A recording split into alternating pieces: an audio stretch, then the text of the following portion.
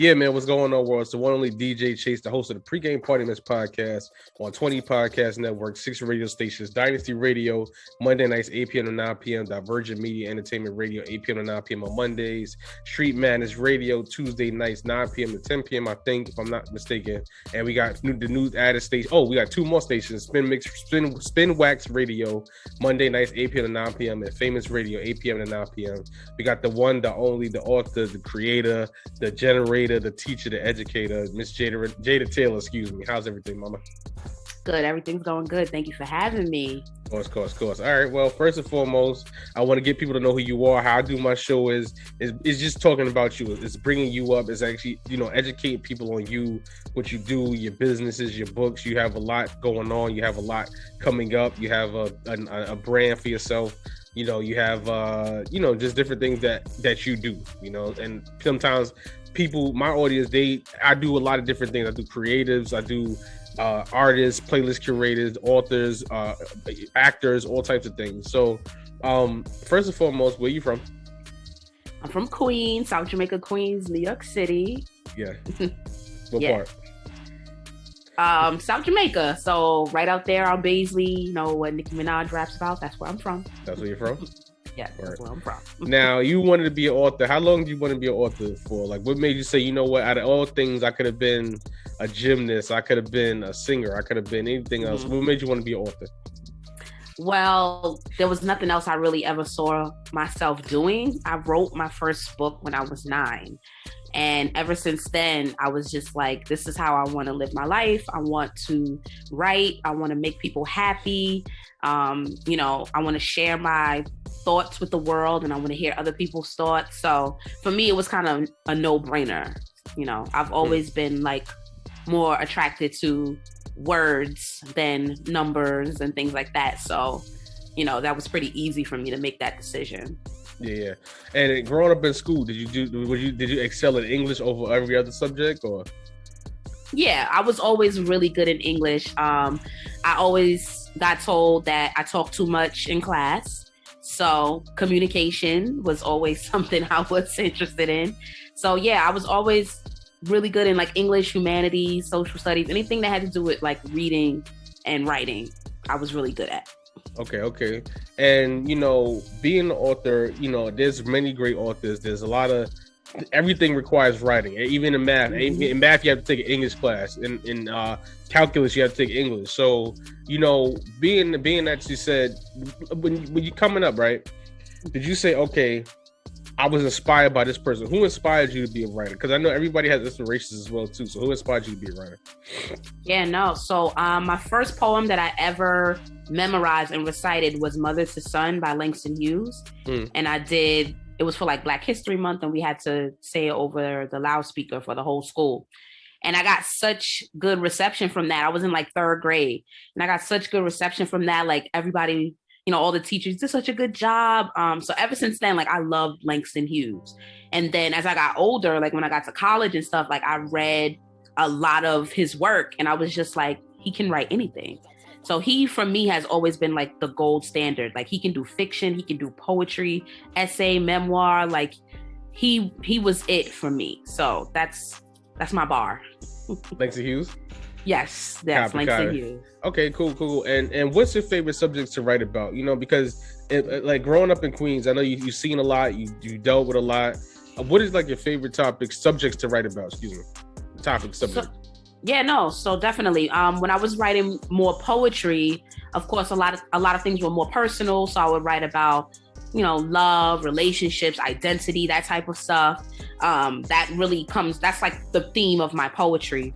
But for my fiction stories, I like to write about things that I've experienced, but also things I haven't experienced, because I like to challenge myself to create worlds, because my goal of my writing is I want people to be able to escape from their reality, but also to escape into the worlds that I create. So I wanted to challenge myself to like build worlds that I had never been a part of and that I had never seen before, and see how well I could do that creatively. So for sure. And yeah. You say, okay, because I know your writing is very different now than it was growing up in high school and college and things like that. So do you say like, what kind of subjects do you feel like, you know what, that do you write for other people or do you write for yourself? So that's a very good question. When I first started writing poetry, it was definitely for myself. I wasn't planning on sharing it with a bunch of people. But as I got older, like towards the end of high school, I started seeing more like poetry slams, urban words, spoken word, things like that. And I was like, man, I really want to be a part of that because I love performing too. So I was like, I want to be a part of that. So I started writing stuff for the stage to share with people. So after a while, that turned into writing my own fiction and things to share with other people. So now I'm writing about everything. I'm writing about love and relationships, of course, but I'm also writing about being a business person, dealing with mental health issues. So like all these different topics that come up throughout life, like I want to try to tackle as many as I can. Mm-hmm. Yeah. And do you feel like, all right, you know what?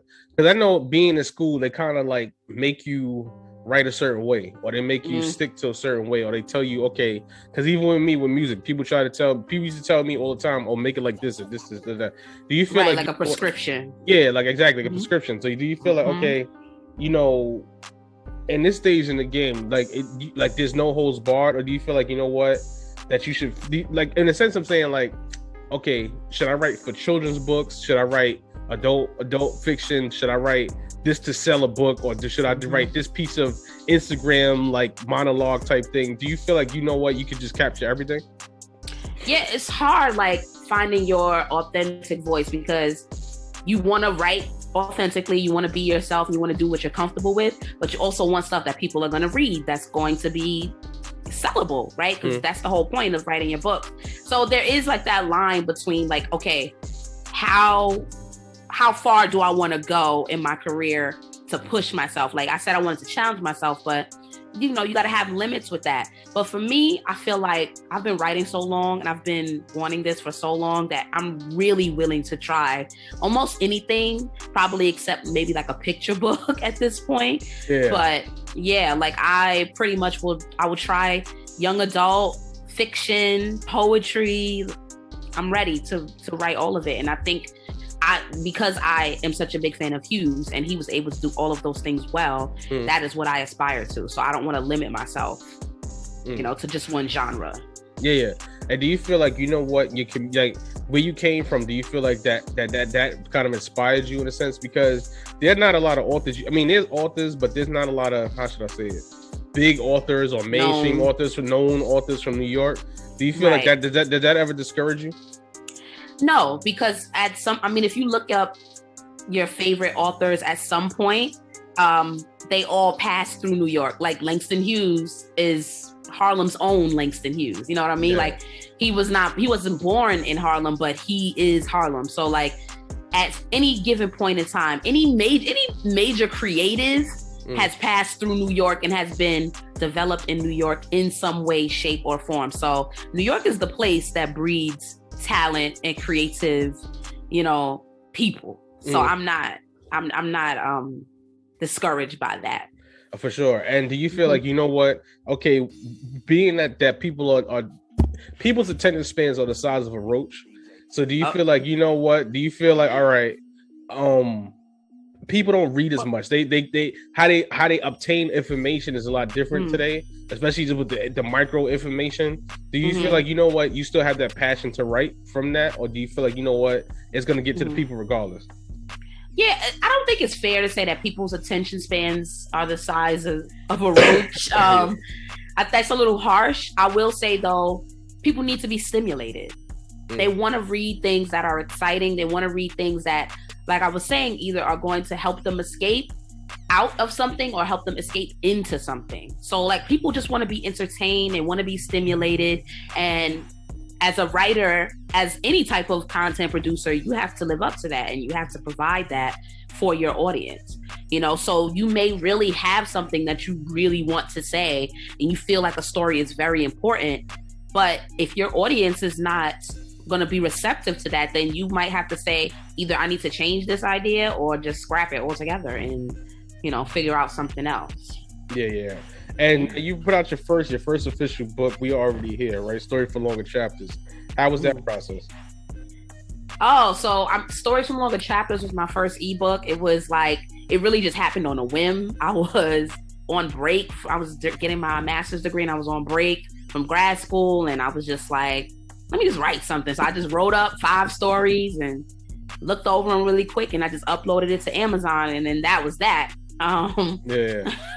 You know, so I got a lot of good feedback on that. That was my first time writing fiction and publishing fiction too. Like I had always been a poet my whole life. Everybody knew like poetry. That's what they knew me for. So like that was a big jump for me. But I was kind of just like, nah, you know, just do it. Like, you know, you have the time. I was on break. I was like, just do it. Yeah. And then We Are Already Here. That was a joint project with my sister, Kendra Ashanti. So, you know, I linked up with her because I knew she had always wanted to publish. I had already had Stories from Longer Chapters, but she had never published before. And I was like, let's do something together. Like, you want to publish? Like, let's get some poetry together. Let's tell some stories. So we did. And, you know, we made that happen. So I'm really grateful to have those experiences under my belt. For sure. And I'm also like I wrote a book that I'm trying to find the exact name of how to publish for under $500. That's actually my favorite book. What made you write that book? Yeah, so I was inspired by content creators like the Six Figure Chick, and you know, these different people who not only shared their talent with the world, but help others find their own talent. So I was like, you know, I did this thing twice. I published the book twice. First time I did an ebook. The second time I did a print book. Why not show other people how to do it? Because I noticed, like, when I would tell people, like my coworkers and friends and people like that I published a book, they'd be like, wow, how'd you do that on your own? And I'd be like, really? You don't know? Like, it doesn't really take that much. So I decided I'll just write an ebook about it and show people. Yeah. And I know a big topic that's been like up for discussion lately is like art. Like, don't call art content. And you know, we talked about that before in the sense of saying like selling art. Like, even me as a musician, like sometimes I'll be so discouraged because I'm like, damn, I gotta make money, I gotta win awards, I gotta like prove myself 100 times over that I'm a creator. It was never like that. Like, I remember having so much fun, like just making art and making mixtapes. Yeah, like you could just create stuff. Yeah. And now with that being said, because I know you have the new book coming out, you have Deception, the adult fiction, I should call it adult fiction, and then you have Yesterday in Harlem, the YA young adult children's book. You know, what do you see yourself doing with these books? Like, do you say, okay, do I want to be independent? Do I want to, you know, grind it out? Do I want to tour it? Do I want to sell it for free? Do I want to, like I said, get a publisher? Do I want to do an audio book? How do you want to do these books? Like, I know you got the two, because we're going to go into the books, but I kind of want to get in the psyche of an author. Like, because a lot of people want to do different things. I have people ask me all the time, like, they want to do children's songs, they want to do audio books, they want to do publishing. You know, in the psyche of it, do you feel like, you know what, where do I want to go with these two books? Yeah, so when I wrote Yesterday in Harlem, I call that my bestseller. When I was writing it. So if you follow me on Instagram, you'll see like I have a highlight on my page called Writing a Bestseller, and it kind of tracks my progress through writing Yesterday in Harlem. Because at the time I felt like that was my bestseller. Like, that was going to be the book that got me into the Toni Morrisons, that got me to the Jackie Woodsons, the Jason Reynolds. That was going to be my Langston Hughes book. You know, so I queried it, you know, shopped it around to different publishers and editors. I got a few people that were interested, but nothing really kind of bit, you know? So I was like, you know what? I'm going to just go ahead and put this out, because it has happened that authors have put out books independently, and then they have gotten attention later, and then they've got picked up by publishers. So that, you know, that I feel like this is my bestseller, Yesterday in Harlem. So I'm like, this could definitely be the one that gets picked up. So I was like, you know what? I'm just going to put it out for myself, because I've done this before. I know how I want my voice to sound. I know how I want my work to sound. I know what I want my audience to be and what I want them to see and hear from me. So while I have the creative control, let me just put this book out on my own. So with Yesterday in Harlem, it started off as me thinking about, and seriously considering an editor or a publisher. But now I've kind of evolved to the point where I'm like, I'm going to put this out on my own terms. And if it gets picked up by a publisher, then great. But if it doesn't, it's still something that I did and it'll be published by me, So that was for Yesterday in Harlem. But Deception, I always plan to release Deception as a self-published indie title, because that book is kind of like that was a passion project for me.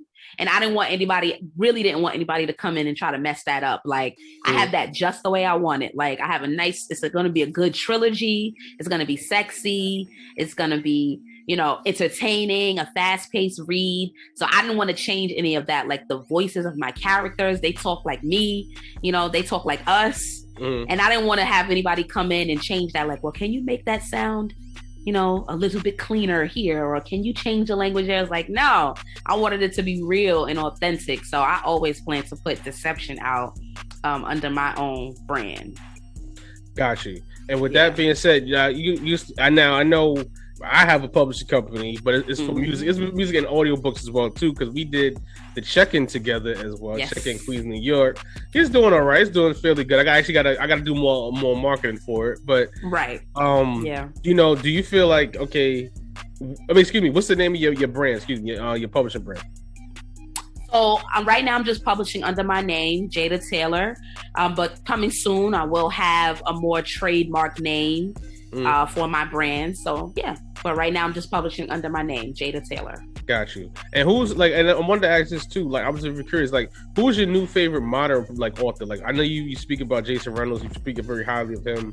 Who do you feel like? Who's your favorite author today? Like, who you been bumping on the box as far as authors?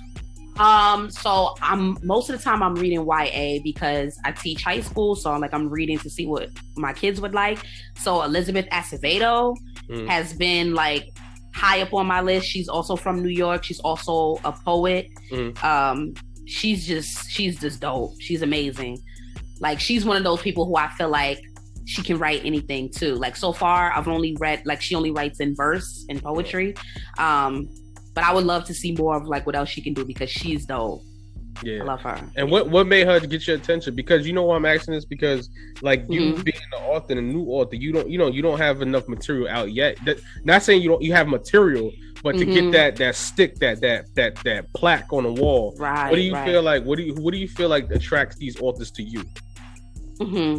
So with Acevedo, I think it's her realism. Her stories are very relatable. Her characters are relatable. Again, they talk like us.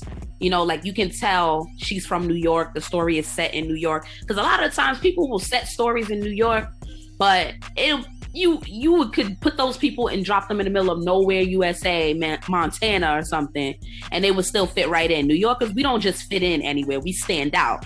Yeah. So if you're going to write about New York and for New Yorkers and about New Yorkers, you got to make it stand out. It has to be original. And I feel like her characters do that.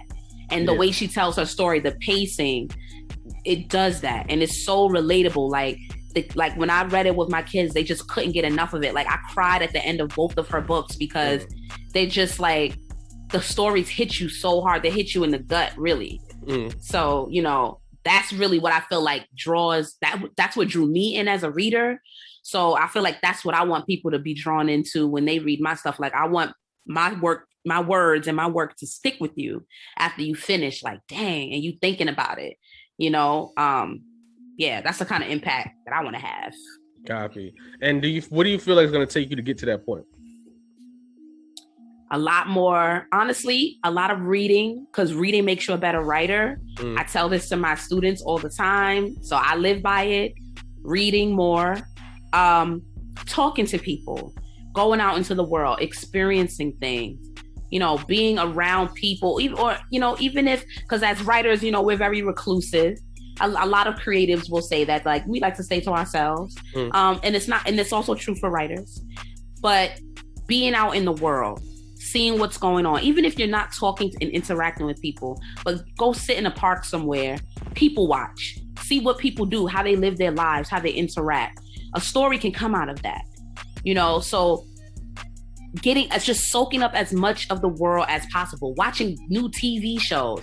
You know, like everybody was just watching Squid Game. Watch Squid Game. You know, a story can cut like some of the best fan fiction comes from, you know, these TV shows and stuff we watch. You know, absorb art as much as you can.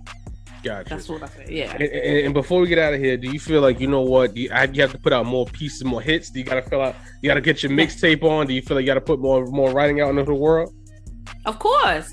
That's what I'm all about now. I mean, Deception, the first book of Deception is coming out early December. You know, I plan on releasing it as kind of like a birthday gift to myself. My birthday is December 4th. I plan on releasing the book on December 5th. So right after that, book 2 is going to be a trilogy series. So book 2 will come right after that, and book 3 will come soon after that. So I'm trying to put these books out, trying to put them out like records, like hits. So, you know, yeah.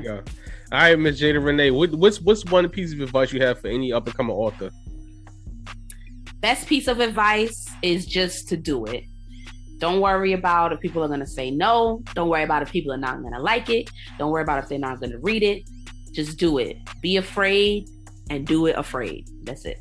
There you go. Miss Jaida Renee, give your social media, mama. Give everything.